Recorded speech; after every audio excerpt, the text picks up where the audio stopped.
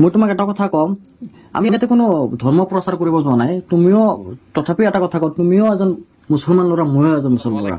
নমস্কাৰ বন্ধু বান্ধৱীসকল, আজি আমি আপোনালোকৰ সন্মুখত লৈ আহিলোঁ এখন বিশেষ ভিডিঅ' লৈ। আপোনালোকে হয়তো বহুতেই জানে, যোৱা কেইদিনমান ধৰি ছ'চিয়েল মিডিয়াত ৰাকিব আৰু মুস্তাফিজুৰ দাদাৰ লগত তৰ্ক বিতৰ্ক চলি আছে।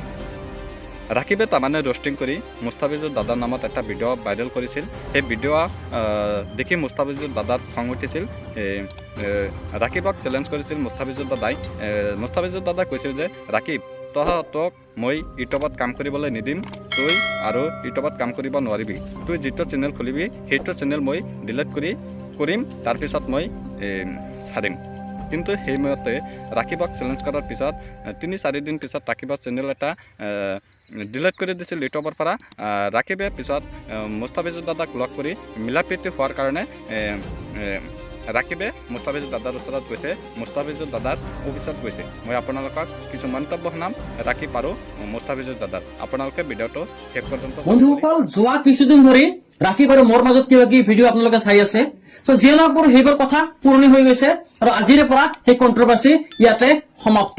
আৰু যিসকল ৰষ্টাৰে বা যিসকল ব্লগাৰে বা যিসকল ক্ৰিয়েটৰে ভাবি আছে যে তেওঁলোকে আৰু কণ্ট্ৰভাৰ্চি কৰিব আৰু আমি কণ্টেণ্ট পাম আৰু ভিডিঅ' বনাম, তেনেহ'লে আপোনালোকে ইয়াতে পাহৰি যাওক। আৰু আজিৰ পৰা এনেকুৱা ধৰণৰ ভিডিঅ' নাহে কণ্ট্ৰভাৰ্চি লৈ। শুনিলে যে মুস্তাফিজুৰ দাদাই নিজেই কৈ দিলে যে আৰু এনেকুৱা কণ্ট্ৰভাৰ্চি নহ'ব। আজিৰ পৰা আপোনালোকে যিবিলাক তাৰমানে ৰষ্টাৰে তাৰমানে ৰাকিব আৰু মুস্তাফিজুৰ দাদাৰ যিটো ভিডিঅ' লৈ তৰ্ক বিতৰ্ক চলি আছিল, সেই ভিডিঅ'টো আজিৰ পৰা আৰু তৰ্ক বিতৰ্ক নহ'ব। ৰাকিব আৰু মুস্তাফিজুৰ দাদা বাই বাই হৈ গৈছে। আপোনালোকে শুনিলে মুস্তাফিজুৰ দাদাৰ মুখৰ পৰাই শুনিলে যে ৰাকিব আৰু মুস্তাফিজুৰ দাদাৰ লগত এতিয়া আৰু কাজিয়া নহয় আৰু কণ্ট্ৰভাৰ্চি নচলে। এতিয়াৰ পৰা কণ্ট্ৰভাৰ্চি অফ, এতিয়াৰ পৰা দুজনে বাই বাই হৈ চলিব। আৰু কিছুমান ক্ৰিয়েটাৰে ভাবি আছে যে মুস্তাফিজুৰ দাদা আৰু ৰাকিবৰ লগত তৰ্ক বিতৰ্ক হ'ব। আপোনালোকে সেইটো ভুল ভাবিছে। আপোনালোকে মুস্তাফিজুৰ দাদাৰ মুখৰ পৰাই শুনিলে যে এতিয়াৰ পৰা আৰু কণ্ট্ৰভাৰ্চি মোৰ 27 ইয়াৰ্ছ, মোৰ 27 বছৰ, মোতকৈ 4 বছৰৰ সৰু ল'ৰাজন। ত' এই ল'ৰাজনে যদি ভুল কৰিছে মোক ক্ষমা কৰাটো দৰকাৰ। যিয়ে নহওক বন্ধুসকল, লাষ্ট ভিডিঅ'ত মই বাৰু শপত খাইছিলো বা আপোনাৰ কি ক'ব লাগিব যে মই কচম খাইছিলো যে মই তেওঁৰ চেনেল ষ্ট্ৰাইক নুঠাও, কিন্তু মই চিটুৱেশ্যন মতে এই কচম ৰাখিব নোৱাৰিলো। যিটো চিটুৱেশ্যন এই মুহূৰ্তত আহিছে, চিটুৱেশ্যনে বা এজন মুছলমান হিচাপে মই কওঁ যে মুছলমানে ইছলামে কাকো বাৰু কোনোদিন বাৰু পাৰ্চনেলি অত্যাচাৰ নকৰে বা কাৰো ওপৰত এনেকৈ বাৰু ইমানো কষ্ট নিদিয়ে। ইছলামে কোনোদিন এইটো কথা নকয়। আৰু সেইকাৰণে মই আজি মোৰ কচম ইয়াতে আল্লাহৰ ওচৰত তবা পৰি পেলাই ইয়াতে মানে কচমটো ভাঙিলো। তো আপোনালোকে হয়তো যদি মোৰ লাষ্ট ভিডিঅ' দেখিছে আপোনালোকক ক্ষমা কৰিব, মই কচম খাইছো লাষ্ট ভিডিঅ'ত। আৰু আপোনালোকে সকলোৱে শুনিলে যে মুস্তাফিজুৰ দাদাৰ কথা। মুস্তাফিজুৰ দাদা আচলতে কিমান ভাল মনৰ মানুহ। তেওঁৰ হাজবেণ্ড, তেওঁৰ মাক দেউতাক আৰু মুস্তাফিজুৰ দাদাৰ নাম লৈ তেওঁ ৰাকিবে যিদৰে গালি গালাজ পাৰিছিল, তথাপিও মুস্তাফিজুৰ দাদাই তাৰমানে খঙৰ মাজত তেওঁ ৰাকিবক কৈছিল তোৰ ইউটিউব চেনেলটো মই ডিলিট কৰি দিম। কিন্তু মুস্তাফিজুৰ দাদাৰ হাতত ক্ষমতা আছে, সেইকাৰণে মুস্তাফিজুৰ দাদাই নিজেই ইউটিউবৰ পৰা ৰাকিবৰ চেনেলটো ডিলিট কৰি দিছিল। আজি আকৌ ৰাকিবে নিজে মুস্তাফিজুৰ দাদাৰ অফিচত যাই লগ কৰিছে, মুস্তাফিজুৰ দাদাৰ লগত কথা পাতিছে ৰাকিবে, আৰু মুস্তাফিজুৰ দাদাৰ মনটো ভাল হৈছে। সেইকাৰণে ৰাকিবক কৈছে, ৰাকিব তোমাৰ আৰু টেনশ্যন কৰিব নালাগে, তুমি তোমাৰ ইউটিউব চেনেলটো ঘূৰাই পাবা, 18 ঘণ্টাৰ ভিতৰত ঘূৰাই পাবা। গতিকে বন্ধুসকল, মই আপোনালোকক দেখুৱাই আছোঁ ৰাকিব আৰু মুস্তাফিজুৰ দাদাৰ লগত কেনেকৈ মিলা প্ৰীতি হ'ল। পৰিচিত কৰাৰ দৰকাৰ নাই, এবাৰ দেখুৱাব। ৰাকিব তুমি আহা, স্ক্ৰীণত আহা এবাৰ। চ' এয়া ৰাকিব। চ' একো নাই বাৰু, তুমি যিখিনি কৰিছা তুমি বুজি পাইছা। তো এতিয়া আমাৰ অফিচত কেনেকুৱা লাগিছে কোৱাচোন? ভাল লাগিছে, বহুত ভাল লাগিছে। তো সেইটোৱে কথা। তো নেক্সট টাইম মই তোমাক সৰু ভাইটি হিচাপে ক'ম, এজ এ যদি ভাবা যে এজন চিনিয়ৰ ইউটিউবাৰ বা চিনিয়ৰ এজন ইউটিউবত কাম কৰা ব্যক্তি মোক কৈ আছে, তুমি এনেকুৱা ধৰণৰ ভিডিঅ' কমাই দিয়া। যদি পাৰা তুমি কমাই দিয়া, কাৰণ কণ্ট্ৰভাৰ্চি কৰি একো নাই, যিখিনি কৰিব লাগে তো হৈয়ে গ'ল। এতিয়া তুমি বুজি পাইছা। আৰু মোৰো চোৱা, তোমাৰ চেনেল ডিলিট কৰাৰ মোৰ কোনো আশা নাছিল, কাৰণ আজি কৰিছো তুমি বুজি পাইছা তাৰ কাৰণে নহয়। হয়তো তুমি এইখিনি কাম নকৰিলে তুমি হয়তো এইখিনি বুজিব মানে নাপালা হয়। কাৰণ কিছুমান বস্তু হয় কি, এতিয়া তুমি বুজি পাইছা যে এটা কথা জানো যে চোৱা, মই তোমাক এটা কথা কম, আমি ইয়াতে কোনো ধৰ্ম প্ৰচাৰ কৰিব যোৱা নাই। তুমিও তথাপি এটা কথা কওঁ, তুমিও এজন মুছলমান ল'ৰা, ময়ো এজন মুছলমান ল'ৰা। তো আমি কাজিয়া কৰি কিনো হয় না? তো সেইটোৱে ক'লো যে যি হ'ল ভাই। আপোনালোকেও জানে, যদি আপোনালোকে চাই আছে, তুমি ৰষ্টাৰ ক'লে কি ক'ব কোৱাচোন?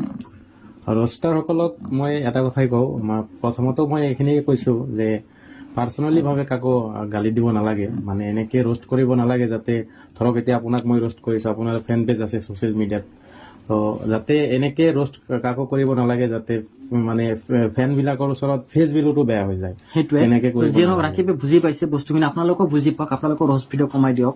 আৰু যদি কিবা ইন ফিউচাৰ যদি আপোনালোকে কিবা হেল্প লাগে টেকনিকেলি ইউটিউবৰ ফালৰ পৰা, নিশ্চয় আপোনালোকে আমাৰ সৈতে কণ্টেক্ট কৰিব, ৰাইভেল মিউজিকৰ সৈতে কণ্টেক্ট কৰক, আমি নিশ্চয় ক'ম। ৰাইভেল মিউজিকৰ প্ৰমোট কৰা নাই, বাট তেওঁ ষ্ট্ৰাইকখিনি যে দিছিলোঁ ৰাইভেল মিউজিকৰ ফালৰ পৰাই দিছিলোঁ, আৰু ষ্ট্ৰাইক আজি ফাইনেলি আমি উত্তৰৰ পৰাই লৈ আছোঁ। তোমাৰ চেনেল অহা আগন্তুক 18 ঘণ্টাৰ ভিতৰত উভতি আহিব, তোমাৰ গোটেইকেইটা ভিডিঅ' 18 ঘণ্টাৰ ভিতৰত উভতি আহিব। মই মোৰ দৰ্শকসকলক আজি বাৰু একো নাই কৈছোঁ, আপোনালোকে দেখা পাব অলপ সময় 18 ঘণ্টাৰ পিছত যে তোমাৰ উভতি আহিছে। তেতিয়া কোৱাচোন তোমাৰ চেনেলটো উভতি অহাৰ পিছত কেনেকুৱা লাগিছে? তুমি যে ঘৰৰ পৰা আহি আছিলা ইয়াতে, তোমাৰ কেনেকুৱা ফিল হৈছিলে যে মুস্তাফিজুৰ যোৱাৰ পিছত মোক মানে কেনেকুৱা ব্যৱহাৰ কৰিব, কেনেকুৱা লাগিছিল কোৱাচোন? একচুৱেলি মইতো একবাৰে তুমি সঁচা কথাটো কোৱা, মানে কি ভাবিছিল? ফাৰ্ষ্ট টাইম আহিব খোজা নাছিলো তেনেকে, মানে শিকদাৰ দাই মোক ফোন কৰিছে যে আহা আমি কিবা এটা মিলা প্ৰীতি কৰি দিম, মানে তেনেকে আহিলো আৰু তাৰমানে। একচুৱেলি ফাৰ্ষ্ট টাইমতো মই ভাবিছিলো নাযাওঁ, তুমি কিয় ভাবিছিলা তাতে গ'লে হয়তো মোৰ লগত বেয়া ব্যৱহাৰ হ'ব, সেইকাৰণে। এতিয়া তুমি আহি কি ব্যৱহাৰ দেখিছা আমাৰ পৰা কোৱা? ভাল ভাল আমাৰ সকলো ষ্টাফে তোমাৰ লগত কেনেকুৱা ব্যৱহাৰ কৰিছে? ভাল ব্যৱহাৰ কৰিছে, বহুত ভাল লাগিছে। কেনেকুৱা আমি সদায় এনেকে থাকো, আমি সদায় এনেকে সকলো লগত ব্যৱহাৰ কৰো। হয়তো তুমি আগতে বুজিব পৰা নাছিলা, যাৰ কাৰণে এনেকুৱা কৰিছিলা। যিয়ে নহওক তুমি এতিয়া ভুল বুজি পাইছা, আৰু একো ইয়াত কৈতো লাভ নাই। ত' ভিডিঅ'টো শেষ কৰো, আপোনালোকে ভালকে থাকক, সকলোৱে ভালে থাকক। আৰু এটা কথা মনত ৰাখিব যে আপোনালোকে এনেকুৱা ভিডিঅ' বনাওক যাতে সমাজৰ উন্নতি হয় তাৰ পৰা, আৰু আপোনালোকৰ ভিডিঅ' চাই যাতে আনজনে মানে ইনস্পায়াৰ হৈ পেলাই যদি আপোনালোকৰ নাম এদিন মোৰ দৰে, ৰাকিবৰ দৰে, ডিম্পুৰ দৰে, ফ্ৰম আছাম, জাহিদৰ দৰে এনেকৈ যাতে সকলোৰে মুখে মুখে থাকে। আজিলৈ মানে আপোনালোকে সকলোৱে দেখিলে যে মুস্তাফিজুৰ দাদা আৰু ৰাকিবৰ লগৰ মাজত কথা বতৰা চলিল। আপোনালোকে সকলোৱে দেখিলে মুস্তাফিজুৰ দাদা আৰু ৰাকিবৰ মাজত মিলা প্ৰীতি হ'ল। এতিয়া আৰু কোনো কণ্ট্ৰভাৰ্চি নাই, এতিয়া সকলোৱে মিলা প্ৰীতিৰে চলিব, দুজনে দুজনক বাই বাই হিচাপে মানিব। মুস্তাফিজুৰ দাদা নিজে কৈছে মই তোমাক সৰু বাই হিচাপে মানিম, তুমি ৰষ্টিংটো কমাই দিয়া, তুমি সমাজৰ কাৰণে ভাল কাম কৰা, তুমি আৰু আগুৱাই যাব পাৰিবা। আৰু নতুন নতুন ইউটিউবাৰ সকলোকে কৈছে তোমালোকেও ভাল ভিডিঅ' বনা, ৰাইজে যাতে দেখি ভাল পায়, আৰু এনেকুৱা ভিডিঅ' যাতে নবনা ৰাইজে যাতে বেয়া পায়। গতিকে ৰাকিব, মই তোমাক বিনম্ৰভাৱে অনুৰোধ কৰিছোঁ, তুমি ৰোষ্টিং ভিডিঅ' কমাই তুমি সমাজৰ কাৰণে আৰু অসমীয়া জাতিৰ আৰু গোটেই দেশবাসীৰ কাৰণে ভাল ভিডিঅ' বনোৱা। তোমাৰ ভিডিঅ' সকলোৱে ছাপোৰ্ট কৰিব আৰু সকলোৱে দেখিব। গতিকে বন্ধুসকল, মোৰ ইউটিউব চেনেলটো ছাবস্ক্ৰাইব কৰি ৰাখি দিব বুলি আশা ৰাখিছোঁ।